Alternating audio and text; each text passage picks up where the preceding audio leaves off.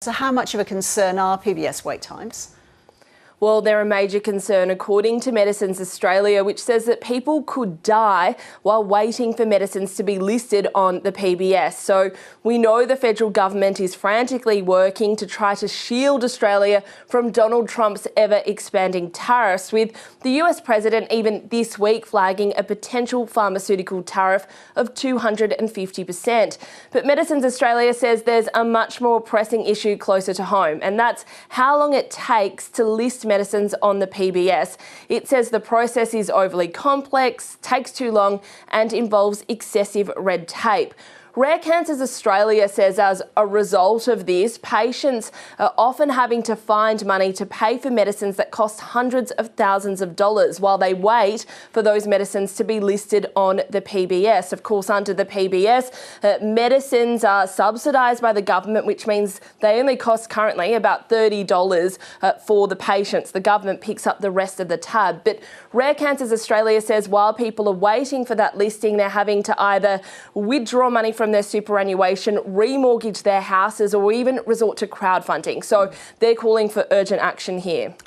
Steph, there was a major review into this issue last year, wasn't there? What did it find? This was the first comprehensive review of the system in 30 years. It was handed to the federal government last year. It made a raft of recommendations to streamline the process so that people can access medicines earlier. The federal government hasn't yet responded to that report. Instead, it set up an implementation advisory group, an expert group. The chair of that group, Professor Andrew Wilson, is also the former chair of the Pharmaceutical Benefits Advisory Committee, which decides what goes on the PBS.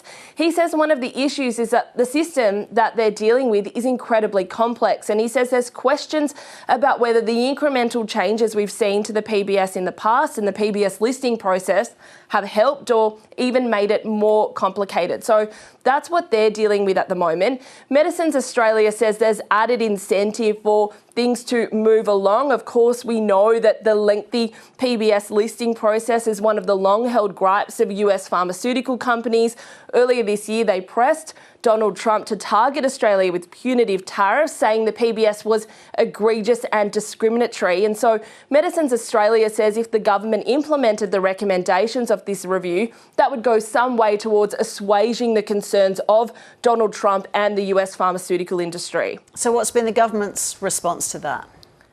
So Health Minister Mark Butler labelled the review that was done last year as visionary, but he's yet to formally respond. He's set up that expert group. He says that that group will provide him with the interim findings very shortly, within potentially as early as next week.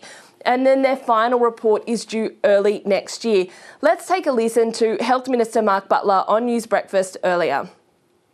We're getting an enormous number of new medicines come onto the market. This is happening around the world. We're living through this turbocharged period of discovery that's bringing more and more new medicines. And so making sure we can assess them and approve them very quickly to get them into patients as quickly as possible is something I've said is a real priority for us this term. The medicines industry, understandably, I guess, given their interest, want to make prices higher as well. So there will be a bit of a debate about how we do that. But I'm very much on the page of getting medicines more quickly into our system, our PBS system. It's a terrific system, and we're trying to make medicines cheaper at the same time for Australians. Now, the opposition has accused the federal government of dragging its feet in response to that review. It says that it was handed down almost 12 months ago and that it's unacceptable that the government has yet to respond and that Australians are missing out on affordable and life-saving medicines as a result.